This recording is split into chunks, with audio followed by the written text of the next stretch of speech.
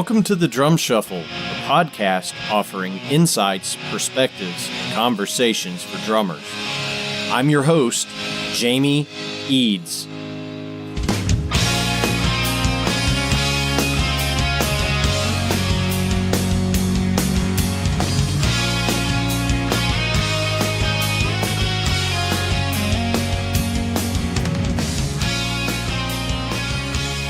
How's it going, everybody? Welcome to the Drum Shuffle. Jamie Eads joining you as always. This is episode 18.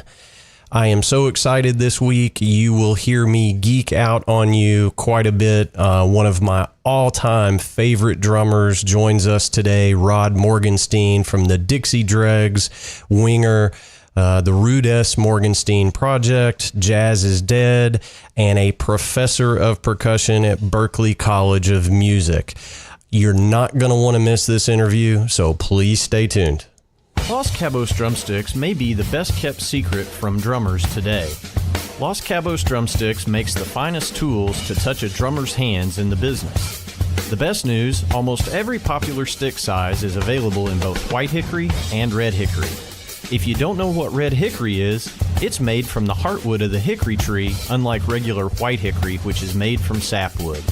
Red hickory drumsticks will hold up to even the hardest hitting drummers. Their durability comes from the density of the wood, but they do not sacrifice the feel. Please visit LosCabosDrumsticks.com to learn more about their products. And don't forget to ask at your favorite retailer for Los Cabos drumsticks.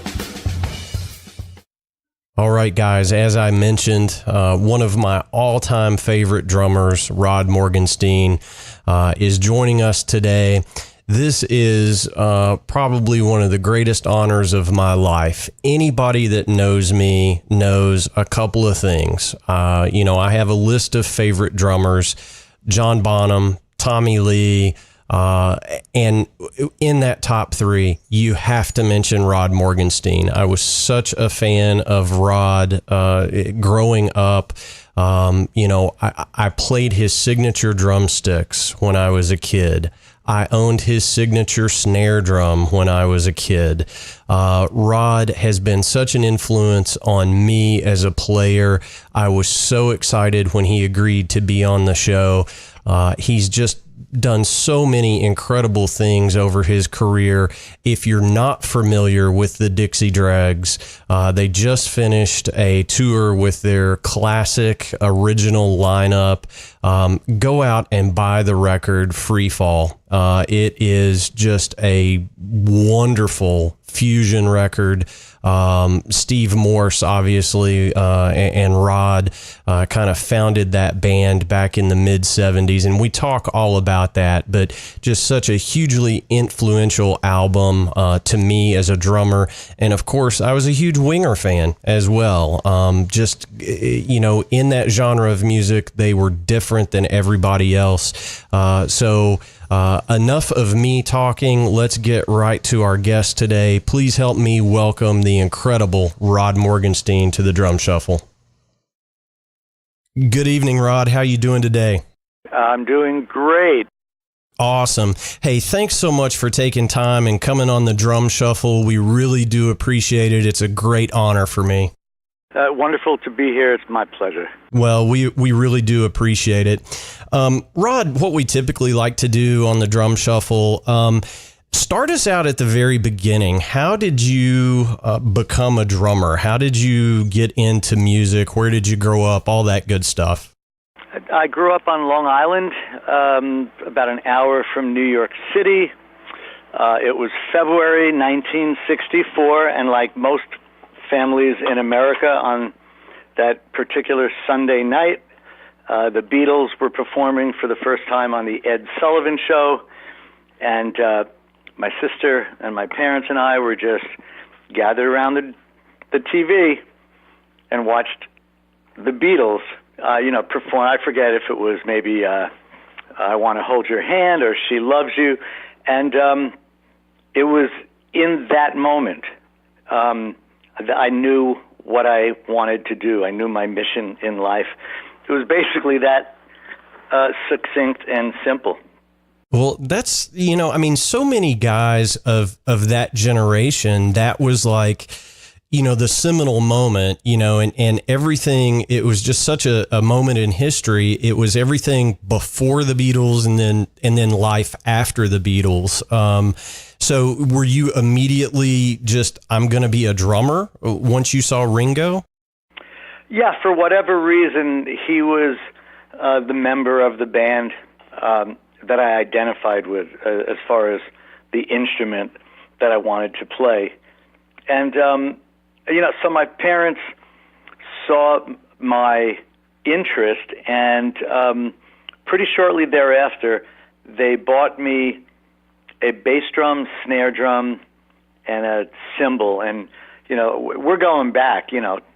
to the mid 1960s when, we didn't have all of the different drum innovations that we've had in the last 30 some odd years. So drum sets were pretty much all the same. And I remember my dad took me to Manny's Music in New York City, and we got me a Ludwig bass drum and snare drum because Ringo was playing a Ludwig drum set. That's kind of how it works. You want to play what the musicians who you're into of course are playing. For some reason, you think it's going to make you a better player. So it was a black lacquer 12 by 20 bass drum and a 5 by 14 snare, and the bass drum had like a telescoping rod that a 10-inch cymbal stood on, right Sure. in the center of it. So it was very funny looking. And that was the drum set, and so they thought they'd start me out just, with those pieces, and would see if in a few weeks I lost interest in it, or I wanted to continue. And so, when they saw my interest not waning, then the next piece of gear was a hi-hat, and then after that a ride cymbal, and then a rack tom, and then a floor tom, and somewhere in that period, probably, within a year's time, I was hooked up with a private drum set teacher, a wonderful big band drummer by the name of Howie Mann, spelled M-A-N-N, who was teaching in the next town over from where we were living. And he had had a nice career as a big band drummer and had settled down on Long Island, and was teaching privately. So Howie sort of put me on a regimen of, the basics, from learning the rudiments and learning to read and doing snare drum pieces, and then on the drum set, kind of getting me immediately involved in chart reading and playing along to Woody Herman records and Count Basie records. Sure. So you kind of grew up in the jazz tradition then. I mean, taking lessons from a big band guy, right?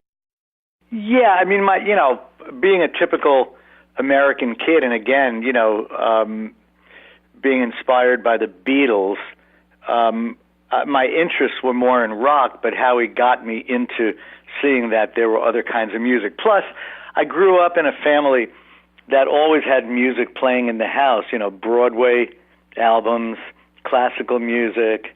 My parents, wanted to have a little culture, put on their children, Sure. so that we didn't just grow up only into, what pop culture was sort of defining things as. So there's a lot of different things going on. So I actually enjoyed playing along with all the big band recordings, and it kind of I think helped put me on the path of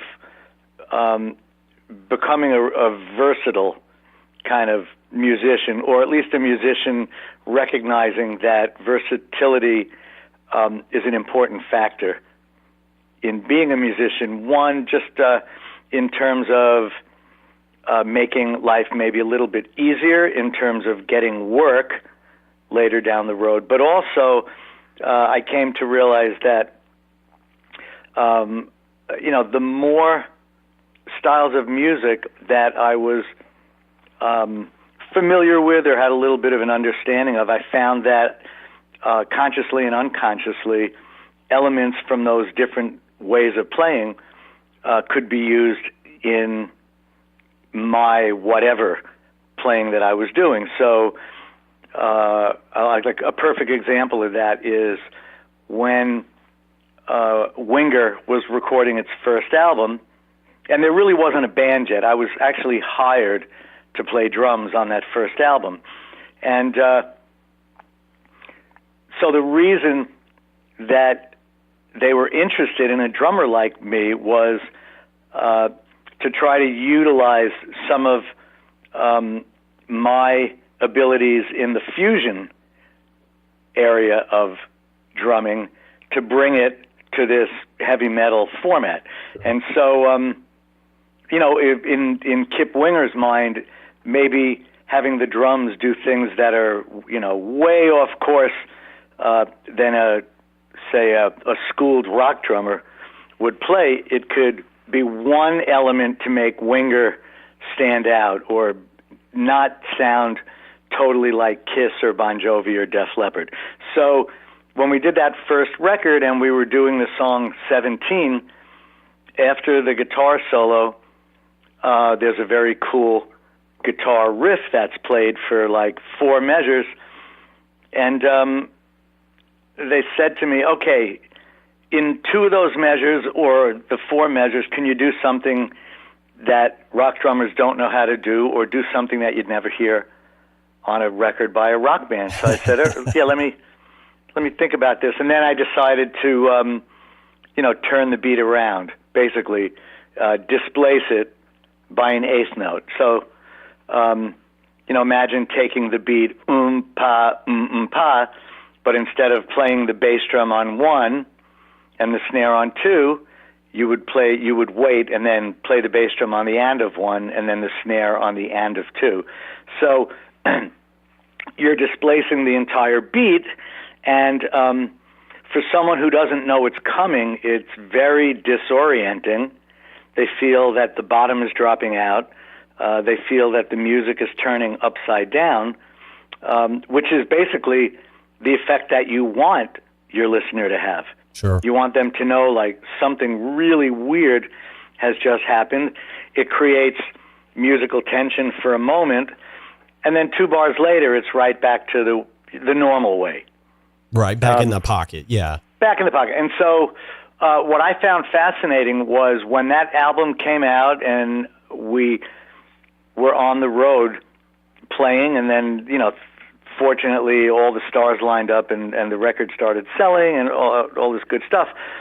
On a nightly basis, when we would meet fans, there would always be those musician fans that wanted to know what was going on in that part of the song. What time signature is that in? And I've never heard that before. And that was precisely the reason for doing it. Right. And so, I would find myself throwing out names of my contemporaries. I'd rattle off like Simon Phillips, Vinnie Colaiuta, Steve Smith, blah, blah, blah, blah, blah. And, not one drummer ever heard of any of those drummers. Well, that's a shame. I mean, really, Well, not so much a shame. Like what was startling to me was, first of all, here I was in my mid-30s in a band who were all in their mid-20s, and a lot of the musicians in other bands that we were touring with were also in their 20s. And so, unless you were a Dixie Dregs fan or a fan of, that other world of fusion music, none of these fans of this new band Winger ever heard of me. Sure. Which I found that delightful. It was so fascinating, and so, so not only had they not heard of me, but they hadn't heard of really any of the fusion drummers, because that's not anything that they were exposed to. Right. Well, and I mean, I'm no different. My first exposure to your playing was winger. And, being, in my formative years as a drummer, you automatically start saying, okay, well, who else has Rod Morgenstein played with? That takes me back through the catalog, to Steve Morse, the Dixie Dregs. And, that was really when I started really getting into the Dregs, I see. hardcore. Yeah. And I think it's a great story if we can kind of, go back to the Dregs. You left New York and went to the University of Miami in Florida. And that's where you first met Steve, correct? Yes. But I'll go back before it. When I graduated high school, I really had no inclination of where to go. A lot of musicians immediately go to Berklee or North Texas State University or the University of Miami, because those were the colleges known for their contemporary music programs. I didn't really, I had a very nice life growing up at home. And my band, was still doing things on Long Island. So I didn't really care to go anywhere. Most kids can't wait to, get as far away from home as they can. But I was a very happy camper. My bands always rehearsed at my house. My parents loved hearing the house shake to the core with what was going on downstairs. And so it was when I was completing my second year at Nassau Community College on Long Island that one of the teachers who I looked up to asked me if I was planning on completing my 4-year undergraduate degree, and if so, where was I thinking of going? And when I said to him, I don't really know where to go, he was the one that steered me towards the University of Miami, because he went there and he said they have an incredible music program. So I said, okay. And so the next thing I knew, in my third year, there I was down in Miami, Florida, enrolled in the music school at the university. And when I went down there, I had always dabbled on piano. And, when I started studying with Howie Mann back when I was like 12 years old, and he was turning me on to the big band music, I was eventually drawn into the more bebop side of things in jazz. And then a music teacher in high school one day gave me the Miles Davis Bitches Brew album, and that kind of started opening me up to the world of fusion. And so while I was getting into all of that, I was so in awe of the piano playing. And I just thought in jazz, when you go to the solo sections, it's sort of a free-for-all, and it's every man and woman for themselves. Just hit any notes, and as it gets more dissonant, that's even cooler. I had no idea that most music was based on progressions. Right. And so I was thinking, you know what? I might rather be a piano player than a drummer. And they allowed me to take a lot of keyboard-oriented classes at the University of Miami. And so I was in an improv class, an introduction to improvisation, playing piano.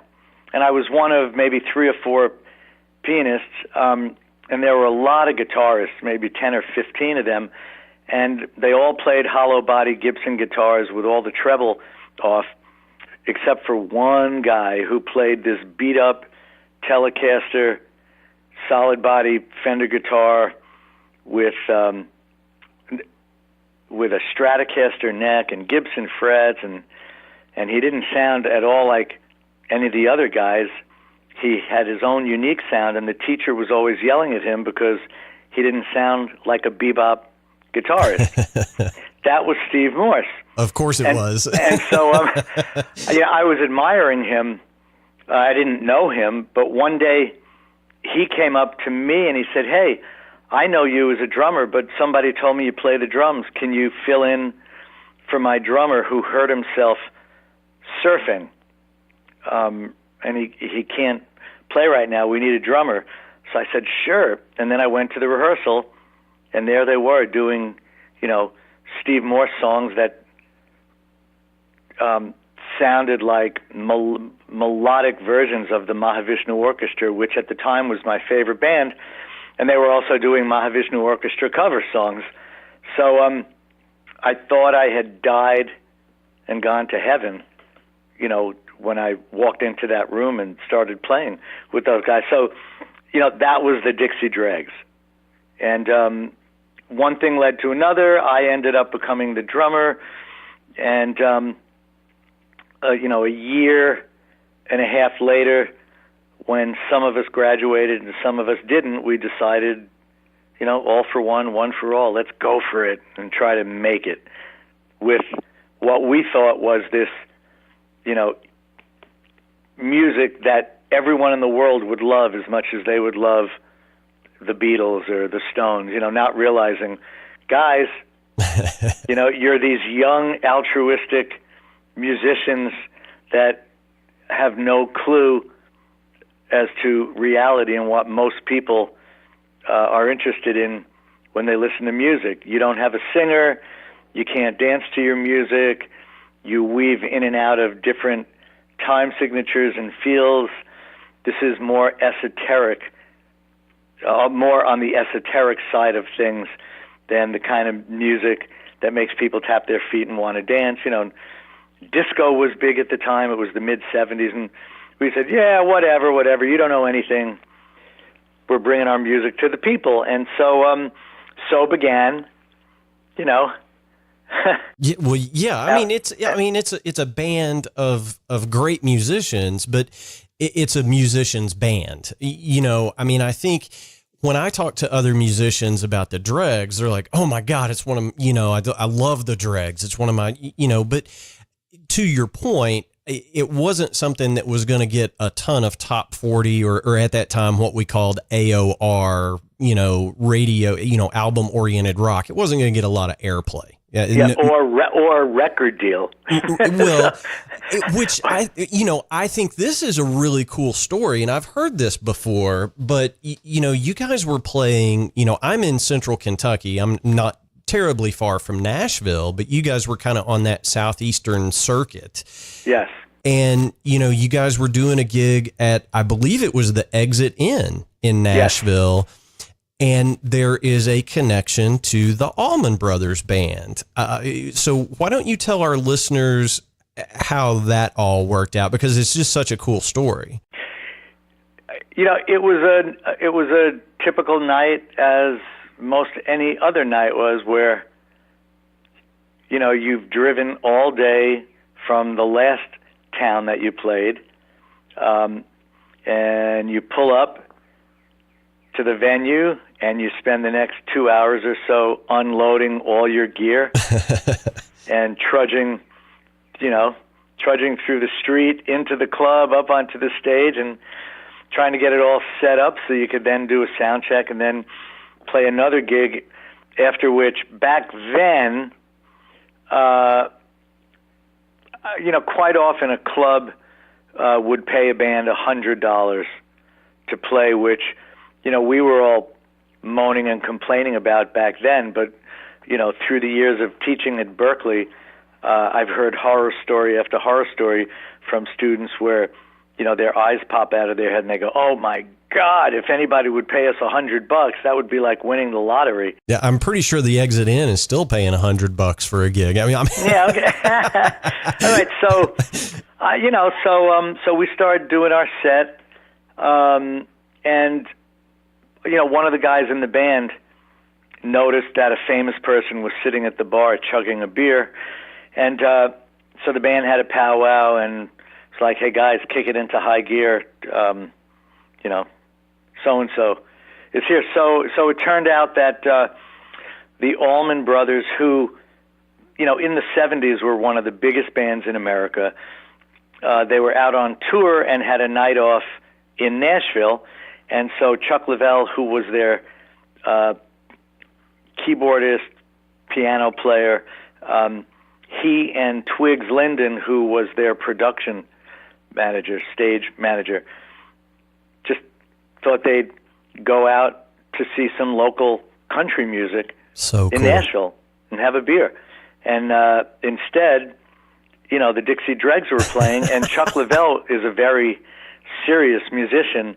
And after our set, he came over to us really excited and wanting to know where he can buy our records, to which we replied, "We're trying to get a record deal. We can't get arrested, da-da-da-da-da." And to his credit, really, and keeping his word, he said, "Oh, you're getting a record deal. First thing tomorrow morning, I'm calling Phil Walden, who was the president of Capricorn Records, which, was the big Southern record label that had the Allman Brothers, Marshall Tucker Band, Wet Willie." And not that long after, a gig was set up for us to play in Macon, Georgia, which was the home of Capricorn Records. And Chuck, made sure that the president and his vice presidents and everybody at the label came out to this club to see the band that he was raving about. And Chuck sat in with us at the end, and we played Jessica, where his famous piano solo comes from. And that's how it all started. That's so cool. It's a conversation that I have certainly with so many of my students, but just a conversation that I have with musicians who, young musicians like myself way back when, they struggle so hard to try to make it in music and get some kind of career going, and it's such an elusive business. And so I've been asked throughout the years, what do I do? How do I make it happen? How do you grab the attention of someone who can open a door for you? And really, the only thing you can tell someone is, first of all, luck favors the prepared. So that means you don't know when you might have a lucky break present itself to you. And so at any moment, be at the top of your game. Don't be someone who only practices on Sunday, and then you don't practice Monday, Tuesday, Wednesday, Thursday, Friday, and then all of a sudden on Saturday you can sit in at some open mic night and somebody who could change your life happens to be there, but you haven't hit your drums or played your instrument for an entire week. So it's important to be practicing on a regular basis so that at any point in time you feel comfortable sitting down on your instrument and playing for whoever. But then the other thing is you can't just sit home waiting for an email or waiting for your phone to ring with somebody calling you to change your life. You have to let the world know that you're out there. And the only way to do that is wherever you live, to make sure that you sit in whenever there are jam sessions. Every town has an open mic night. Yeah. People have to hear you play, and you have to mingle with anyone and everyone. And it's not to say that, the first time or the 10th time or the 100th time something really good is going to happen. At the end of the day, the whole thing is a crapshoot. We don't walk in a door with a resume to show to someone to get a gig. It really doesn't work that way. It becomes a word-of-mouth thing.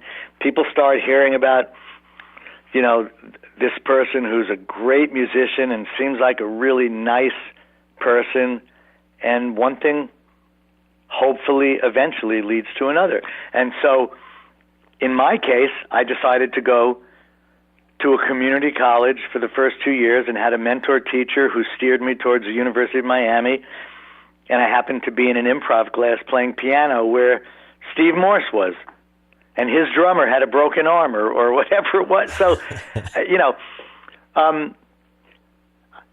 somebody needs to write a book and interview 100 musicians that have careers in music, so that they can each, in a few words, tell their story, their individual unique story of how they went from their bedroom to being a working, successful, well-known musician. Because I think it would be fascinating. Absolutely. And, I think as the generations change, you're teaching at Berklee now, and, I'm sure you have students that are, 19, 20, 21 years old right now. And I think their approach is probably a lot different than yours was, when you quote unquote made it. Now it's about getting the best video you can out on the internet or whatever, it's so times change, but you're right. Everybody has that one kind of seminal moment in their life, and you have to be prepared to take advantage of that moment when it happens. So I agree completely. Yeah. Well, you guys did so many great records, and, I don't mean to jump around a lot, but you just kind of finished up a big run with the Dixie Dregs. You guys were out, and I think you were playing the Free Fall record pretty much cover to cover, right? Well, not exactly. We did a lot of songs from it, probably 7 or 8 out of the 11, which was a lot. The thing that was so interesting with this whole thing was there have been different versions of the Dixie Dregs for the past 40 plus years. Steve Morse has always been the guitarist. I've been the drummer since 1973 or 4. Before me, Steve Morse and Andy West and a couple of other guys in Augusta, Georgia, when they were in high school, I believe they had started the Dixie Dregs. But we hadn't done anything for the past 11 years. And then I had started having a lot of conversations with the band's manager, Frank Solomon, who I've been living with for the 20 years I've been teaching up in Boston. He's also the manager of Dream Theater and Vinnie Moore and a couple of other people. And we started thinking how cool it would be if there were a way to get the original lineup from the first commercially released album, Free Fall, from 1977. Most of us had not been in touch with the keyboard player Steve Davidowski from that album in years. But somehow, over the course of time, we were able to agree on a couple of days, which at this point is now like a year and a half ago, that we all met at Steve Morse's home in Florida and jammed for a couple of days just to see what it felt like and what the camaraderie was like. And after that went well, we decided, you know what, this could be really, really cool. So what we did in this past, really March and April, was just traverse the country and play 36 shows with this original lineup that had not been on stage together in this configuration since about 1977 or 78. And it was unbelievable. It truly was magical. And when word got out that we were putting this together, members of our road crew from back then started phoning up saying, "You're not doing this without us either." Oh, that's cool. So, yeah. It's very interesting. having an entourage of people who are in their mid-60s and a keyboard player who is 75, playing, 6 shows a week, and then on the one day you're not doing a show, have like 1,000 to 1,200 mile trek to get to the next city. I'm still convalescing from it. The tour ended 3 weeks ago. It was really a beautiful experience on so many levels for everybody. But traveling takes its toll. Sure it does. The 2 hours that you're on stage, those are the wonderful moments, but there's 22 other hours involved in getting to the next city, among other things, and so as you get older, it can start to take a little out of you. Sure. But as a musician, the whole of you never totally grows up. So there's a child that's always in you. Yeah, for sure. Well, I mean, you've never not been busy. I've followed your career, for years and years. And, you mentioned Dream Theater a minute ago that you guys kind of shared a manager with Dream Theater and the Dixie Dregs. And you put out some great records with Jordan Rudess, which, who is now in Dream Theater, of course. And those were just some killer records. I mean, just kind of melt your brain good playing, It's funny that you're mentioning Jordan, because about 2 hours ago, I just spoke with him because he was calling to see if I could do some recording on his new solo record. So I'll probably be doing that sometime next month. Wow. Yeah, so that's awesome. And some of the most fun playing that I've ever done was with Jordan as a duo, called the Rudess Morgenstein Project. Life gets more difficult as your lives take you in different directions. So Dream Theater has him very busy, but every few years we seem to be able to get together and do something, So we did a handful of shows about 4 or 5 years ago, but now it'll be nice to be in a studio with him, cutting drums to some of his wild and crazy music. I always get a knot in my stomach, awaiting the arrival of the MP3s to start racking my brain.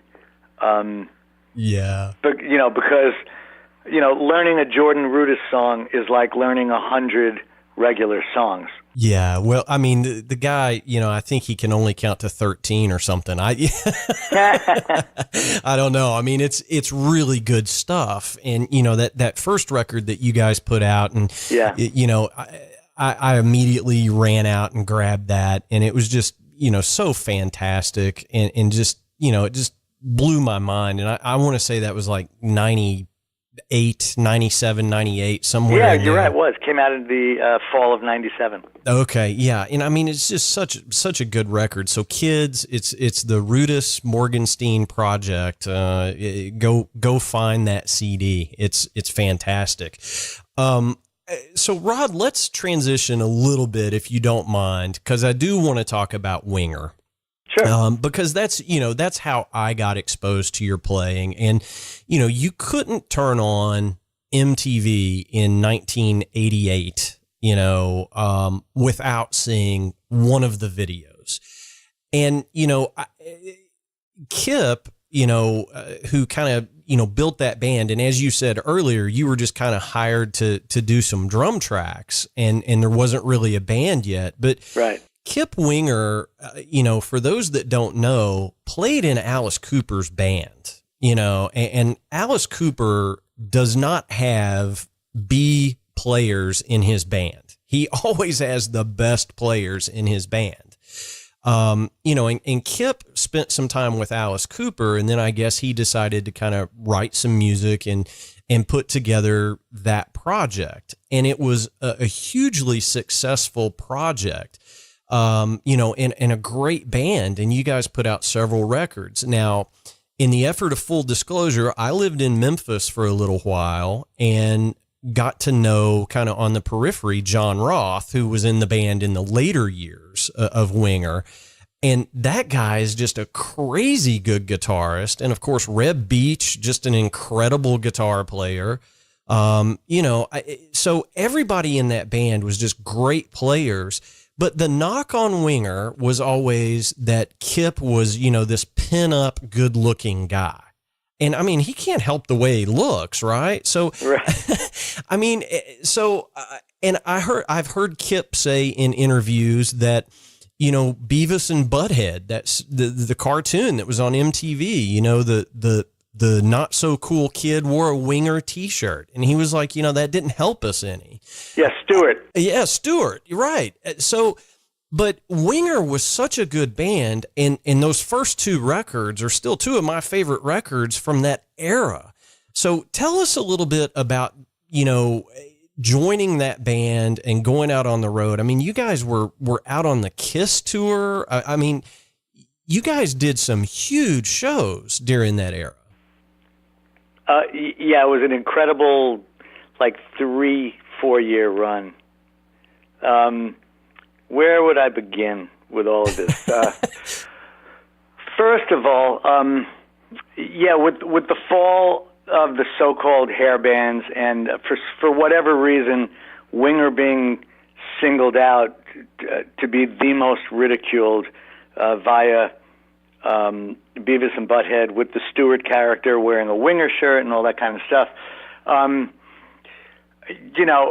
Earlier this year, was it this year? I'm trying to even think what month is it. I'm trying to think if it was this year or last year. Kip was nominated for Best Classical Album. So that's, for people who've made fun of him for whatever reason, calling him the talentless hack and only because he's good looking. This is someone who is a classical music composer. I sat in the San Francisco Opera House and watched the San Francisco Ballet dance to Kip Winger's ballet called Ghosts, and then I saw it also at Lincoln Center in New York. It's also been performed in the Paris Opera House. So he's like a bona fide, serious classical musician. He's not like a rock musician where they put strings till she's only 17. So, right. I've also sat in a concert hall where it's like an evening of, Stravinsky, Tchaikovsky, and Winger. Yeah. He's been embraced by the classical music world. So he's the real deal. And in the more recent albums that we've done, the three more recent albums, say of the last 10 years, you can hear more serious elements of music in it. Songs like She's Only 17 were songs of the times. The thing is, when depending on the decade or the period of time that an artist is in, if they're sort of trying to make it or get their foot into the inner circle of the particular art that they're trying to get into, in our case, music, it is, you have to study the things that are breaking through. Sure. And then try to take elements from the things that are making these records sell and use them when you're creating your own music, as opposed to saying, hey, this is who I am, here's my esoteric music, take it or leave it. And so, if you insist on playing music that, say, is instrumental, you can't tap your foot to it, every measure is in a different time figure, et cetera, et cetera, et cetera, I would say more power to you. Just understand that at the end of the day, the weirder your music, the smaller your audience, and don't play the victim and just take responsibility for the decisions that you're making. Look, we all can't help being passionate about the things we're passionate about. But if your passions are strictly with a particular niche, very bizarre music, you just have to understand that barring a miracle, your audience is probably going to be quite small. Sure. And as long as you're okay with that, that's great. But don't be mad at the world because you spent 15 hours a day for the last 10 years working on this very, select atonal, weird, dark music. That's, I don't know, whatever. So what Kip did when he was with Alice Cooper and he had the dream of doing his own thing was he started writing music, and he was listening to the music of bands like Kiss and Bon Jovi and Def Leppard and Poison and Cinderella. Not that he wanted to write songs that were exactly like that, but it was like, ooh, okay, let me use some of this stuff as a template, both music and lyrics, to maybe help me concoct my own original music that might get a shot. Because not that it sounds like any of those bands, but someone would listen to it and go, oh, yeah, this is that kind of music. This is that kind of heavy metal music. And it worked, I mean, that's a whole other story, but in the end, it worked, and Winger was one of the lucky bands that sold a few million albums and got to enjoy that whole late 80s, early 90s experience. But a song like 17, when everything fell from grace, a song like that came back to haunt the band and Kip, with people making fun of, the lyrics are so trite, you should be in jail singing about like come on, give me a break. The Beatles sang, well, she was just 17. Right. You could find examples all over the place, but it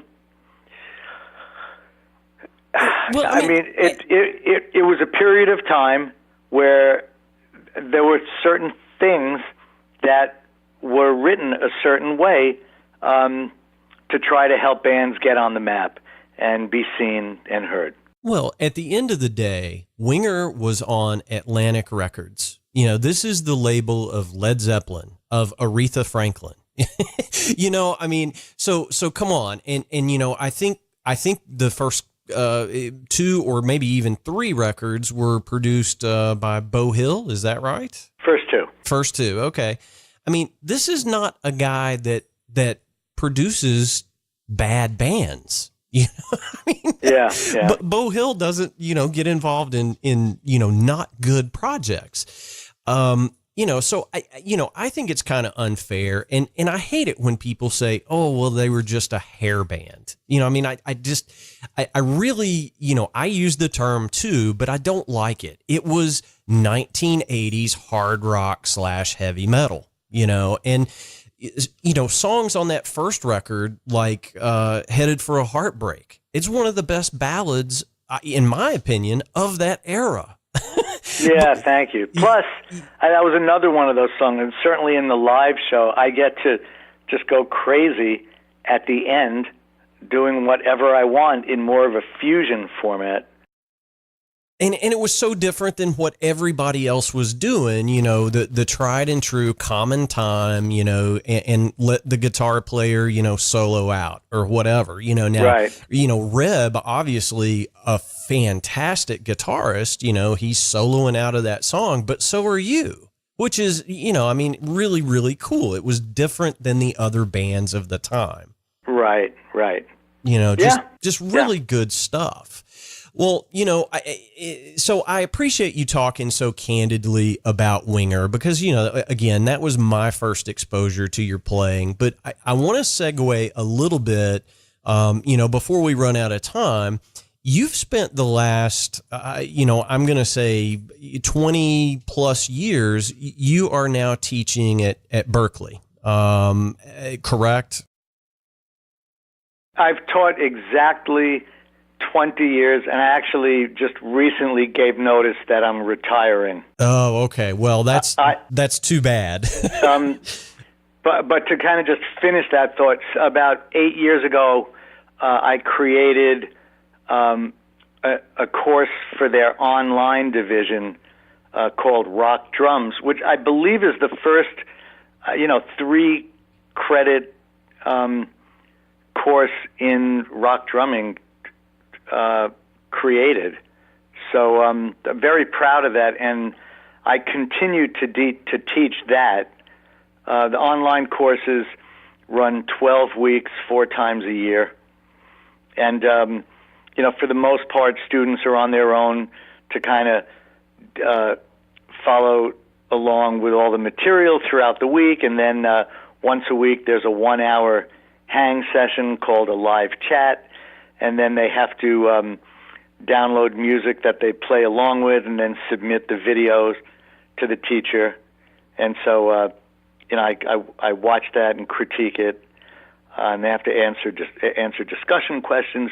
It's a very unique format, and for people who don't have the ability to come to Boston to study at the college, it's another way to be part of the Berklee experience. Well, I mean, it goes without saying, and my listeners are certainly gonna know. We've had a couple of Berklee alums on the show. We had Nate Morton on the show previously. We had Johnny Rabb on the show previously. It goes without saying. I mean, it's just a who's who in drumming that have attended Berklee. So I think it speaks to your level of playing that you've been teaching there for 20 years. So I mean, that's a compliment that I'll give to you. Certainly you got to be at the top of your game to be able to go in and be a professor at Berklee College of Music, without a question.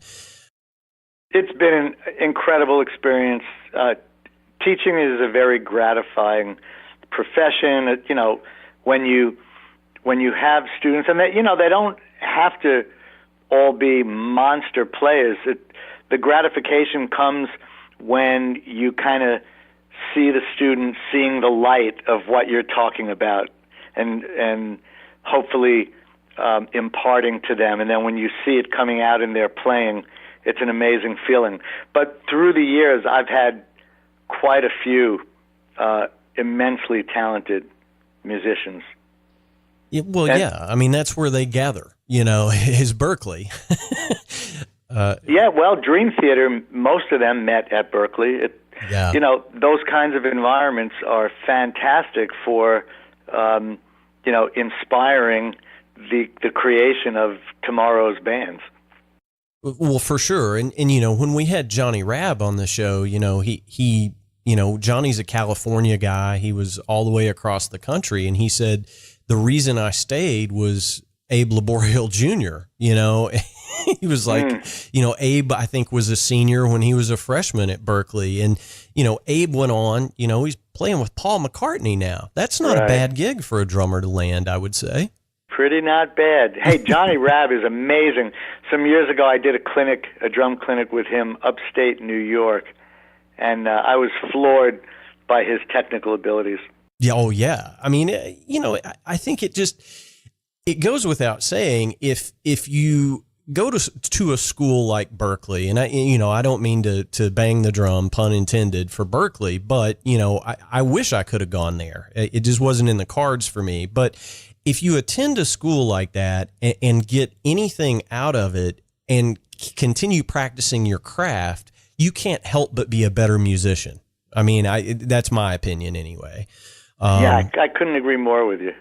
So, well, Rod, as we get ready to wrap up our interview, I want to be respectful of your time.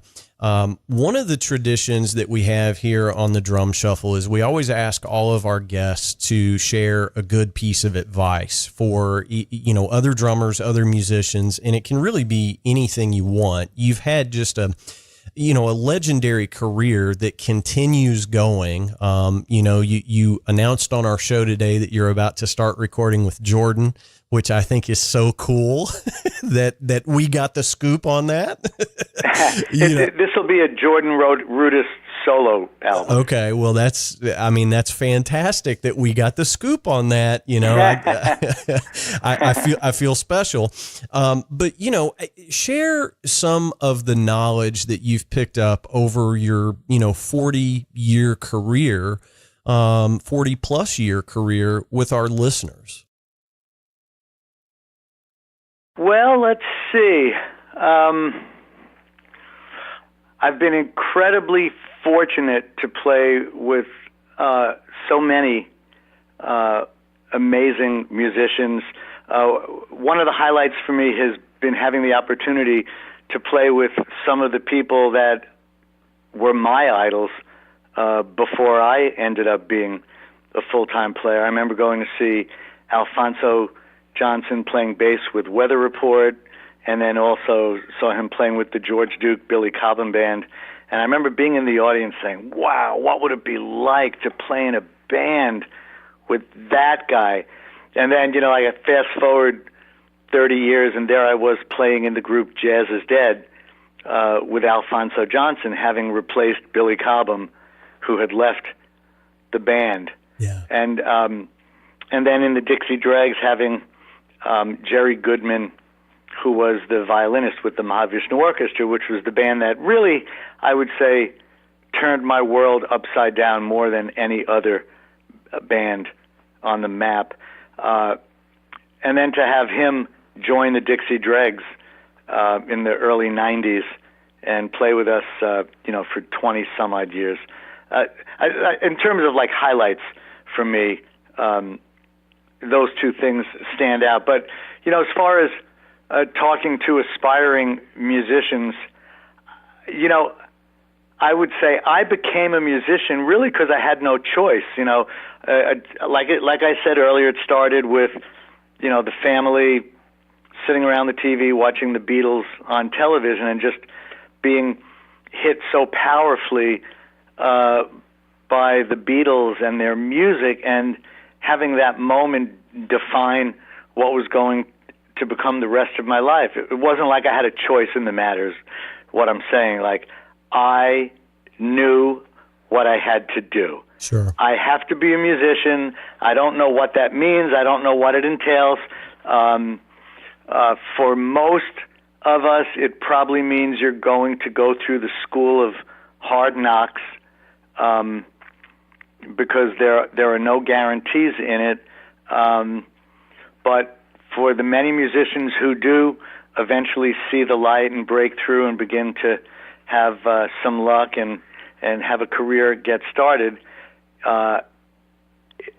it feels so sweet, to know that you're doing this thing that you've felt so strongly for so long.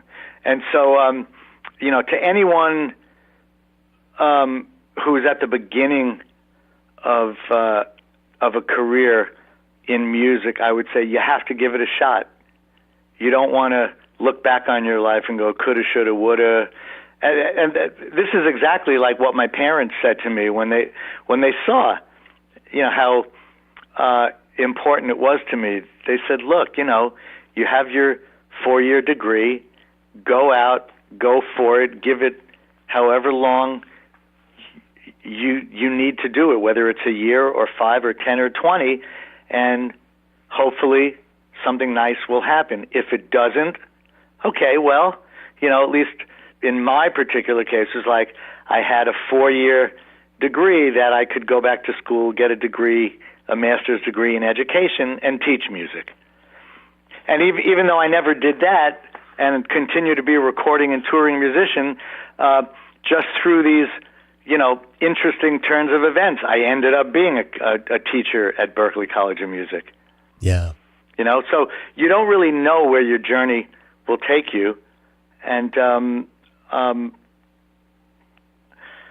it's just fun to leave yourself open to all of the different possibilities that can happen.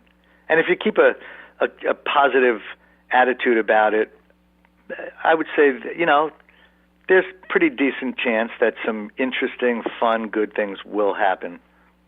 Absolutely. Well, and, one of the things that I've always enjoyed about watching you play and listening to you play is when you're behind the drums, you're always smiling. I've never seen you look like you're not having a great time as you play. And that was always something that, that I took to heart, that, this should be fun. Right. And I don't know if that's the way you approach it. I think it is. But that's something that I always noticed about you, is you always looked like you were just having the time of your life when you were playing.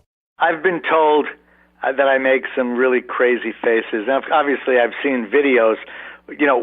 When you're playing, you're not aware of the things that you're doing, the expressions that you're making. But yeah, I would say most every moment that I'm hitting the drums is a very enjoyable, pleasurable experience. Now, that's not to say it doesn't come with its frustrations, where, you wish maybe you practiced a little more so that this particular thing on this particular day wouldn't be so difficult to perform.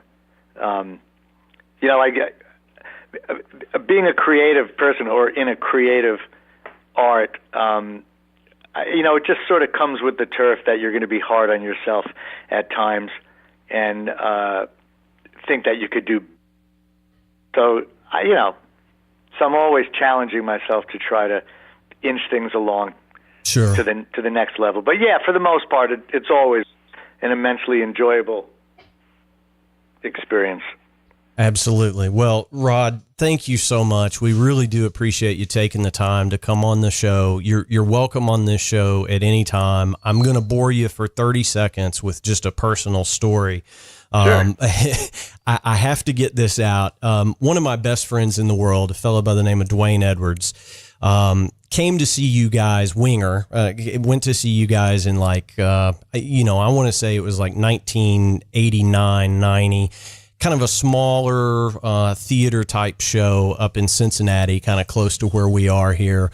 I was not old enough to go to the show, and he actually met you after the show. And one of the things that he did was he brought back your autograph to me.